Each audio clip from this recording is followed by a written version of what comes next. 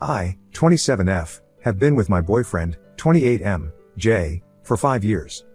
We've both been very close with each other's families, and we've even talked about marriage. However, one touchy subject is children. Whenever we discuss it, he gets kinda standoffish. He doesn't really dismiss the idea though, it's just that he doesn't seem invested. I've always wanted kids, and he just always says he's fine with whatever makes me happy. Ever since, I've been content with this situation. However, things escalated during this holiday season. Our setup has always been that Jay spends Christmas Eve and dinner with my family, then I spend Christmas Day with his family. This was the first Christmas I'll spend with my first and only niece, 2F, Anna. She spent her first Christmas in the hospital due to her health condition, but she's okay now, so I made sure to spend a lot of time with her. We played a lot, we opened gifts together, and I even reenacted Anna's favorite storybook using her favorite doll. We even had matching outfits. My sister, 30F, Amy, thanked me for giving her and her husband some relief from childcare the entire day. However, Amy also said she noticed that Jay, who was just either sitting on the couch watching me or helping my mom with the dishes, was kinda distant with Anna. I told her I've also noticed that before, and I just chalked it up to maybe Jay was hesitant and awkward to play with Anna because he feels he's just my boyfriend. Then Amy said she won't mind, since she and her husband already treat Jay as part of our family. I then went back to Jay and encouraged him to play with Anna and help us set up her new dollhouse, but he said he's not feeling too well. He ended up drinking a few more beers and stayed on the porch by himself, scrolling on his phone. I didn't press harder and thought he might really just be feeling under the weather. I just want to add for context that Jay isn't an alcoholic. He's a sweet, wonderful, funny man who's sometimes broody and deep in thought, but he's never abusive, manipulative, or moody, and he only drinks on special occasions. The next day, on Christmas Day, we had lunch with Jay's family. Afterward, I volunteered for cleanup to help Jay's mom, 62F, Mary, and brother, 31M, John. Jay's family was the best any significant other could ever ask for. They're very sweet and supportive of us, but they're never prying. They always check up on us, but they never overstep.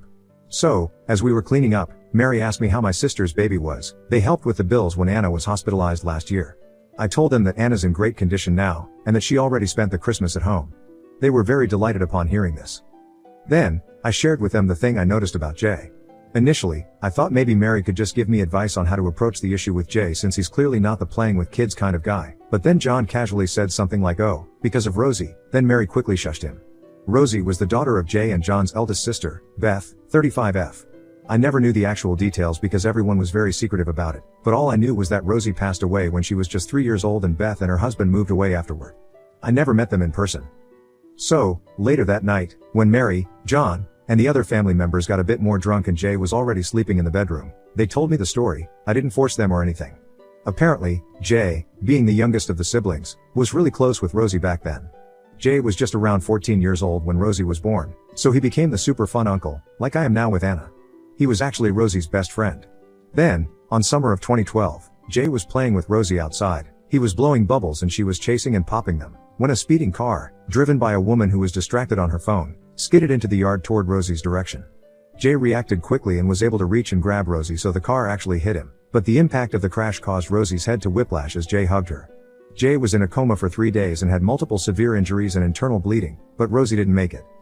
Everything was caught by the neighbor's CCTV so everyone knew that Jay was a hero for trying to protect Rosie. It was even covered by the local news, but Beth, who was understandably in grief, resented Jay for not being able to save her daughter. Beth and her husband then decided to move to another country to cope with their grief and start a new life, and they've had minimal contact with the family ever since. Jay, meanwhile, took the loss really hard. He blamed himself for not being able to save Rosie and not being able to attend her funeral since he was still at the hospital at that time. Mary said that Jay was never the same after that. He never went near kids, and he became a lot colder, quieter, more reserved, and antisocial. He also had anger issues, but it, thankfully, went away. I haven't had any issues with this. We also live in an area where people don't believe in therapy, so Jay never received professional help. After learning all of this, I bawled my eyes out because I never knew Jay was carrying such a heavy burden. The whole incident became a taboo family secret that no one mentions in fear of Jay breaking down or doing something he might regret, although to be fair, he's never had violent or self-harm tendencies ever since, so this was just a precaution. They also never told me before because they assumed Jay would be the one to tell me, but I told them that he never did, and that I never really asked him.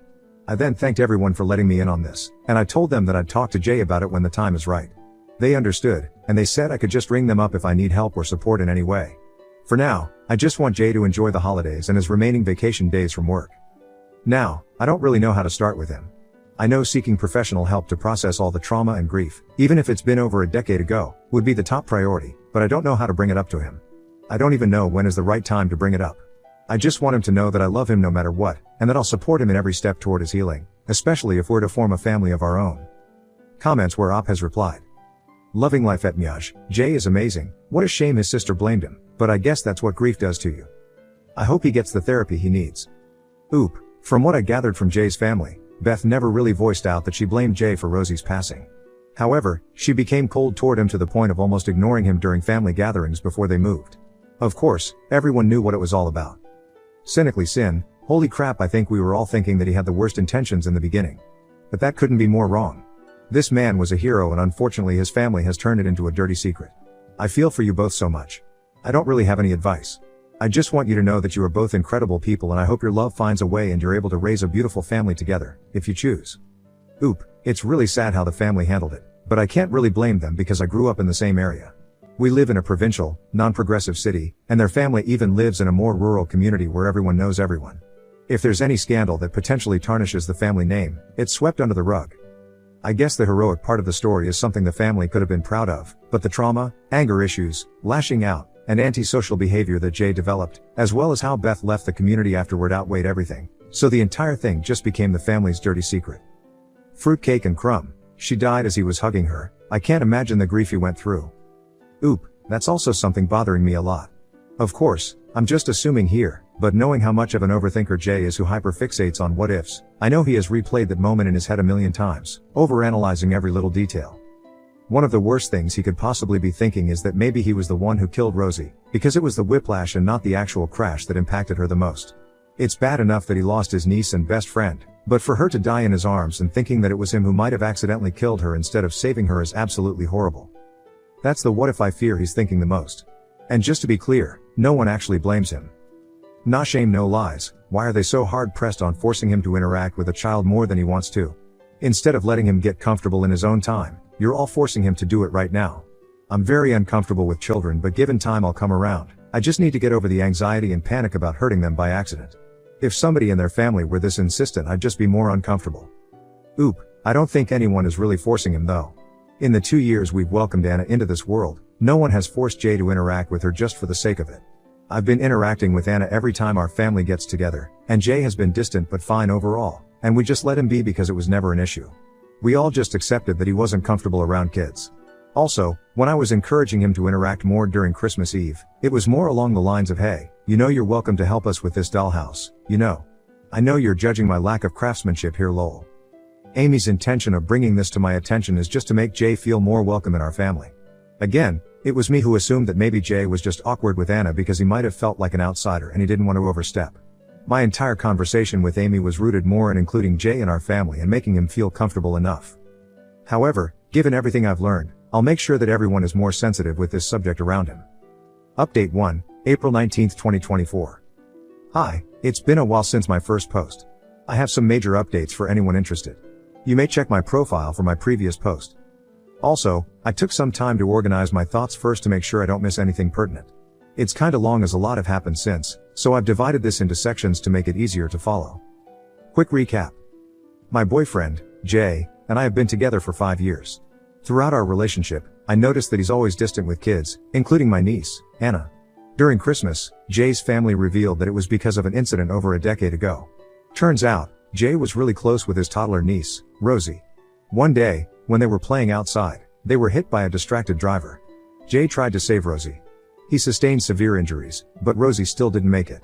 Beth, Rosie's mom and Jay's sister, acted cold toward Jay after this, then she and her husband moved to another country after a few months. From then on, Jay's personality changed, becoming cold and antisocial, and he never received professional help. All of this has become Jay's family's dirty secret. Part 1, The Confession. Since learning about Rosie and posting here on Reddit, I've been so conflicted about what to do. A lot of you had opposing opinions, and all of them had merit, but knowing Jay and how he'd most likely react, I chose to keep it a secret until I find the perfect time. What I didn't anticipate was that the perfect time would come in the form of a pregnancy scare. Back in January, I had a false positive. Everything happened so quickly within a day. I had a roller coaster of emotions, but bottom line was that I'm not pregnant after all. When Jay got back home that night, I knew I had to tell him everything. I told him I had a pregnancy scare, but he has nothing to worry about since it ended up being negative.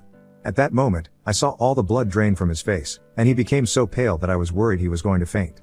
I was holding his hand, and he became so sweaty and cold and shaky. He rushed to our refrigerator to get some water, and it was obvious he was spiraling really hard. That was when I told him I knew about Rosie. I came clean because I knew that was what he was panicking about. I assured him that I'm by his side, and he could react however he wanted to. I repeatedly apologized for disrespecting his trust and lying to him for weeks. I also asked him to please not be mad at his family because they meant well when they told me. Throughout all of it, I couldn't really read Jay's expressions. I wasn't sure if he was about to scream out of anger or burst into tears. I told him that we don't have to talk about it any further if he doesn't want to, but I'd be willing to listen and support him whenever he's ready. His only response that time was him asking me if I wanted to break up with him, which confused me. I told him of course not, then we hugged, then he said he needs some time to process everything before we discuss it, which I respected. For the rest of the week, we tried to interact like nothing happened, but everything was awkward since there's this huge thing hanging between us. Part 2, the talk. The following weekend, which was 8 days after, we finally sat down and talked about everything.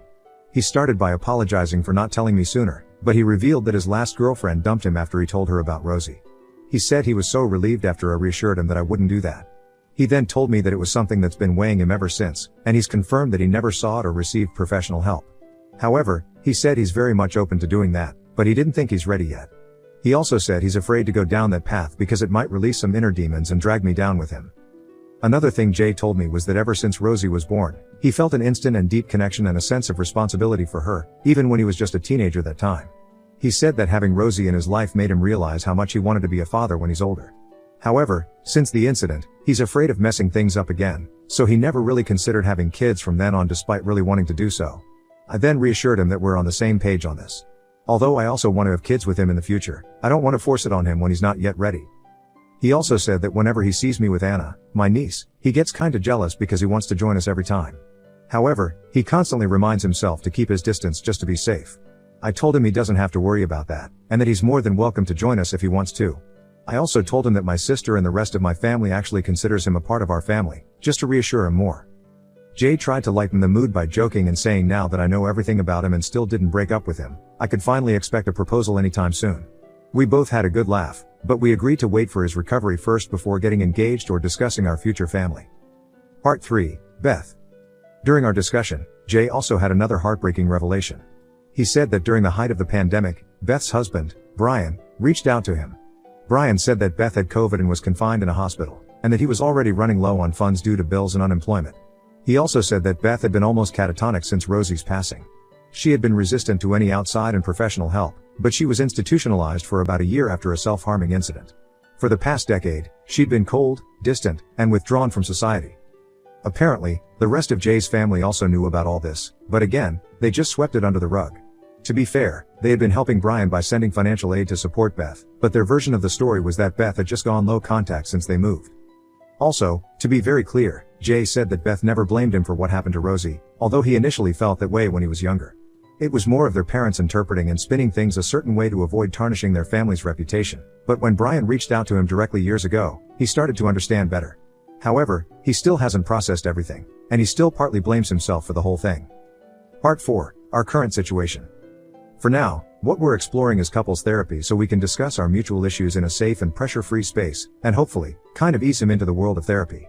We've already found the perfect therapist to help us, and we've now had 6 sessions with her. From what I can tell, Jay seems a lot happier and less burdened. We've also had homeworks from our sessions, and Jay was even the one reminding me to do them. Right now, I'm just hoping that he becomes ready enough to open up about Rosie so he can heal and recover from his trauma. Not for me, but for his mental and emotional well-being. No rush though, all in his own time. Also, Jay has no social media, but I showed him the original Reddit post I made.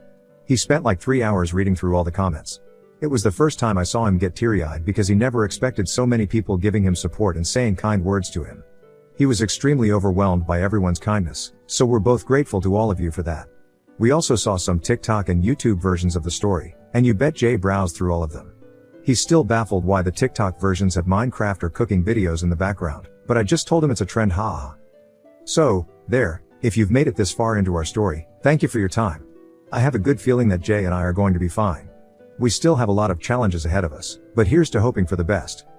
Edit, so Jay and I now kinda share this account. He might reply directly from time to time, This is his first time on Reddit, so please be kind to him. I had to explain to him what op and a lot of the other lingo mean, haha. Yeah, but we're both reading everything. Again, thank you for being so kind. Comments. Demon48, I hope Jay continues healing, and eventually Beth somehow gets out of the mental hole she's in. Both them went through something horrible that no one who hasn't been in that situation can comprehend. Thoughts for both of them. Oop, thank you for your kind words. As for Jay, I can see that he's already making some progress, even though it's more like baby steps. Nonetheless, it is still progress. As for Beth, I can't even begin to imagine what she's going through. I just pray that she finally finds some peace eventually. Oop on why Jay's family chose to keep this as a secret. Oop, I won't make excuses for them. On a human, personal level, they are extremely lovely, generous, and kind people. They have welcomed me as a part of their family, and they even extended help when my sister's daughter, Anna, had congenital health problems. I have met different relatives of my exes before, and in comparison, Jay's family has been the most wonderful and welcoming. However, I would say that they are a product of the very traditional, non-progressive area in which we live. We are a Catholic community, and most activities revolve around our parish. Reputation is everything, yet town gossip is still very rampant. I understand that this may sound backward thinking in our modern times, but that is the reality of our lives. I also grew up in the same area, so I fully understand their behavior. Although I agree with you that everything that happened and how they reacted to it had been unfortunate to say the least, and Jay and Beth got the brunt of it. Oop on how Jay's sister, Beth, is dealing with the grief process and if she has received therapy to deal with her daughter's death in better ways. Oop, Beth has recovered from COVID, so she's physically fine now. However, she's still mentally detached and has gone back to her almost catatonic state. Jay suggested couples therapy to Beth's husband after experiencing it firsthand, but we don't have an update on it yet. Also, thank you so much for your insights. You said a lot of sensible things that we never knew. Both Jay and I were clueless about therapy and psychology in general, so we actually learned new things from what you said.